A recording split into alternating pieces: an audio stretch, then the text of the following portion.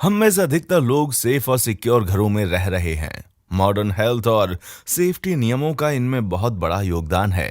लोगों की सुरक्षा के मद्देनजर आमतौर पर जर्जर इमारतों या घरों को गिरा दिया जाता है।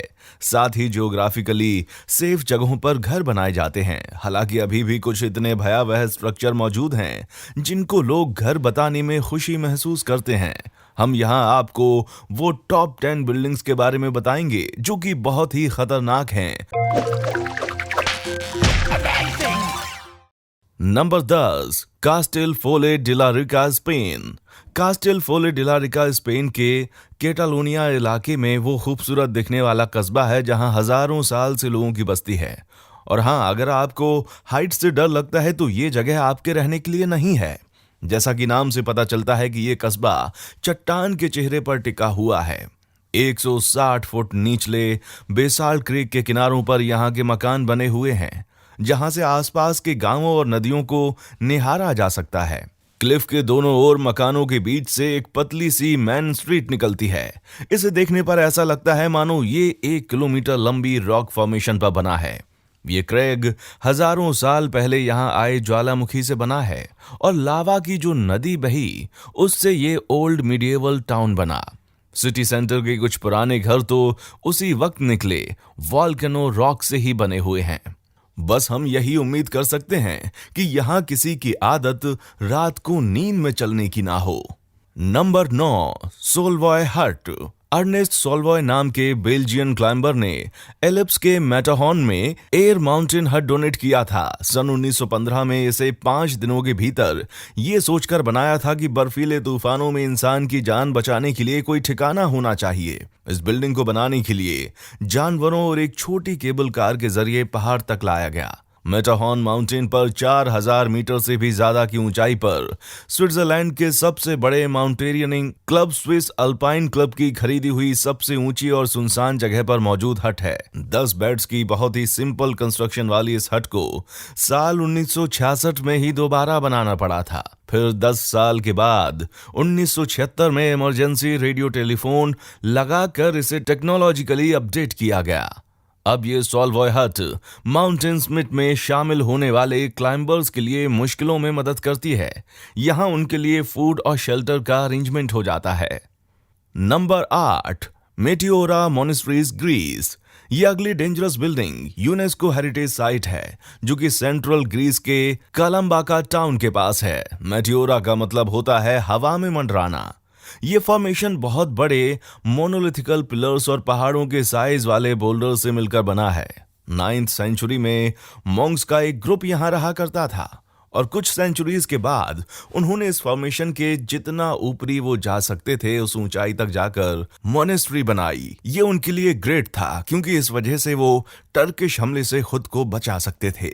इस मोंटेसरी तक पहुंचने के लिए या तो रॉक क्लाइंबिंग करनी पड़ती थी या फिर उस बास्केट में बैठकर आ सकते थे जिसे रस्सी से मॉन्क ऊपर खींच रहे हों। ओरिजिनली 24 मोनेस्ट्रीज में से 6 में तो अभी भी मॉन्क्स और नन्स रह रहे हैं।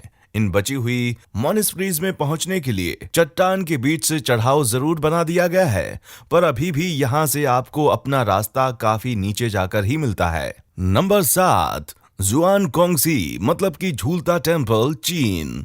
बाढ़ तबाही का मंजर लेकर आती है, मगर कुछ चतुर लोग इस तबाही मचाने वाले पानी के सैलाब से खुद को बचाने का रास्ता खोज ही लेते हैं।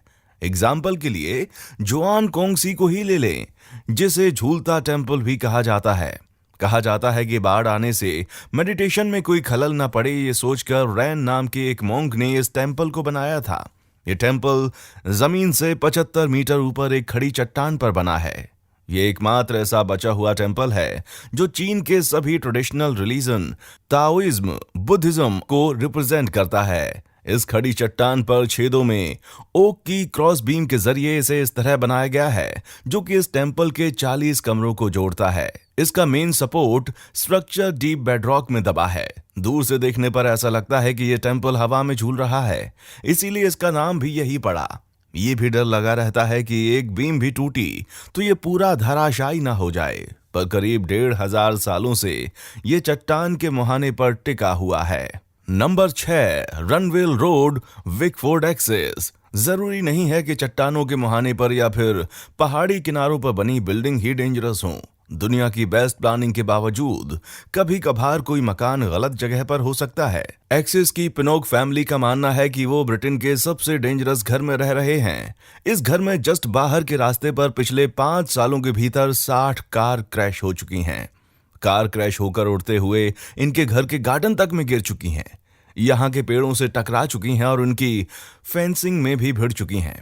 अब तो वो फेंसिंग ही नहीं लगाते। अपने घर के दरवाजे के सामने होते कई भयानक एक्सीडेंट्स के चलते इनका कई दफा पुलिस, फायर इंजन और एम्बुलेंस को कॉल करके बुलाना रूटीन सा हो गया है।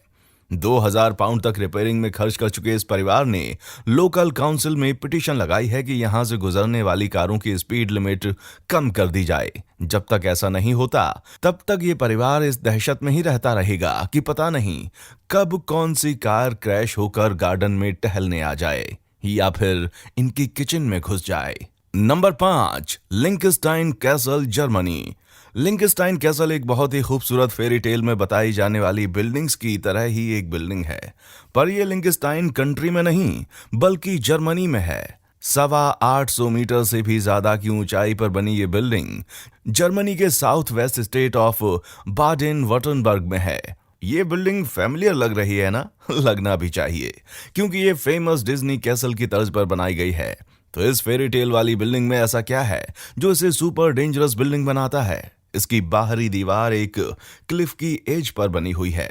जहां तक कैसल की बात है, ये सन 1840 में बनी बड़ी ही नाजुक सी बिल्डिंग है, जिससे डर लगता है कि कहीं ये ढह ना जाए। इस जगह पर बने पहले के स्ट्रक्चर तबाह हो चुके हैं, जिसकी वजह है इनका क्लिफ की एज पर होना। द ड्यूक्स ऑफ ओराश इसके करंट टेनेंट्स हैं, पर टूरिस्ट का यहाँ स्वागत है। ख्याल रखें, यहाँ किसी भी विंडो से बाहर निकलने की कोशिश ना करें, क्योंकि ऐसा ना हो कि वहां पर मौत बैठी हो। नंबर 4, पिंक हाउसेज, न्यूयॉर्क। लुइस एच पिंक हाउसेज में रहने वाले ब्रुकलिन टेनेंट्स दावा करते हैं कि अथॉरिटी उनके घरों को एकदम अनदेखा करती है। पिंक हाउसेज न्यूयॉर्क सिटी का सबसे खतरनाक प्रोजेक्ट है और स्टेयरवेल्स तो पिंक हाउसेज की सबसे ज्यादा खतरनाक जगह हैं। यहाँ की एयरवेल्स में अंधेरा रहता है क्योंकि अथॉरिटी कभी भी यहाँ आकर एक बिजली का बल्ब तक नहीं सुधारती है, साथ ही किसी और चीज को रिपेयर भी नहीं करने आती, जिसके चलते यहाँ की बिल्डिंग्स जर्जर और अनसेफ हो चुकी हैं। एलिवेटर्स कभी भी काम करना बंद कर देते हैं तो फिर अंधेरे वाली एयरवेल्स का इस्तेमाल करना पड़ता है। यहाँ पर ज्यादातर सिक्योरिटी कैमरे नहीं लगे हैं। अथॉरिटी की इन्हीं अनदेखियों के चलते इस जगह पर ना सिर्फ अंधेरा पसरा रहता है, बल्कि ड्रग्स और क्राइम से जुड़े लोगों के लिए ये डरावनी जगह पनाहगाह बन जाती है। और ये तब भी सेफ नहीं होता जब यहाँ पुलिस आती हो, क्योंकि यहाँ पिंक हाउसेस की सीढ़ियों में पसरे अंधेरे की वजह से साल 2014 में एक पुलिस वाले ने गलती से एक आदमी को मार दिया था। Number 3, the leaning towers of Santos, Brazil. Brazil के शहर सेंटोस में झरना ऊंची इमारतों को छूता हुआ सा जाता है। पानी में से देखने पर यह नजारा अद्भुत लगना चाहिए, मगर बदकिस्मती से ये बिल्डिंग्स टावर ऑफ पीसा की तरह एक तरफ से झुकी हुई है। टावर ऑफ पीसा में तो कोई बस्ती नहीं है, पर इन बिल्डिंग्स में लोग रहते हैं। इन बिल्डिंगों का कंस्ट्रक्शन 1940 के दशक में शुरू हो गया था, जबकि बिल्डिंग कोड रिस्ट्रिक्शन साल 1968 में जाकर बने। मल्टी स्टोरी बिल्डिंग के लिए फाउंडेशन बेडरॉक से छूता हुआ होना चाहिए, जो कि सेंटोस में 50 मीटर गहराई पर जाकर है, जबकि वाटर फ्रंट वाले अपार्टमेंट्स का फाउंडेशन सिर्फ 4 से 5 मीटर तक ही गहरा है। इनफैक्ट रेत के नीचे स्लिपरी क्ले की लेयर है, जो कि भारी बिल्डिंग्स के लिए बिल्कुल भी ठीक नहीं है। सेंटोस में करीब 100 टेढ़ी सी बिल्डिंग्स हैं। यहाँ के रहवासी इसी डर में जीते हैं कि कहीं कोई एक बिल्डिंग गिरी तो सब के सब उसके बाद ताश के पत्तों की तरह ढह ना जाएं। हालांकि देखने पर तो ऐसा लगता है कि ये कभी भी गिर सकती हैं। स्ट्रक्चरल इंजीनियर्स का मानना है कि ज्यादातर बिल्डिंग्स ऊपर से नीचे धंसती हुई दिखाई देती हैं।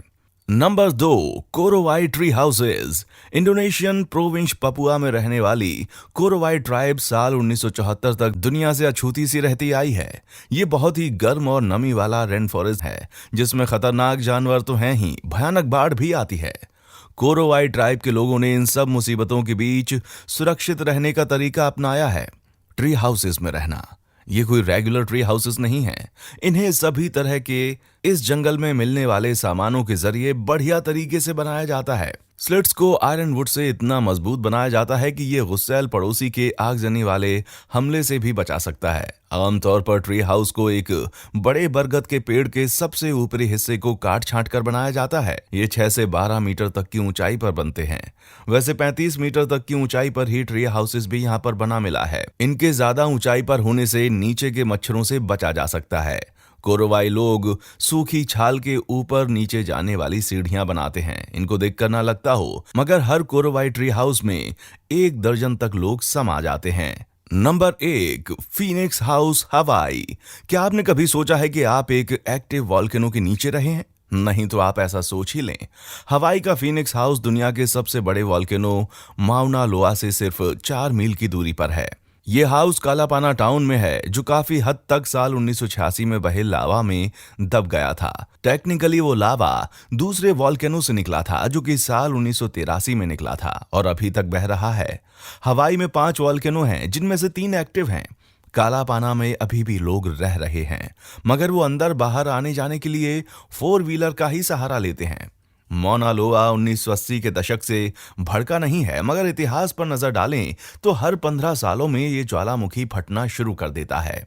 ऐसे में इसका फटना ड्यू है।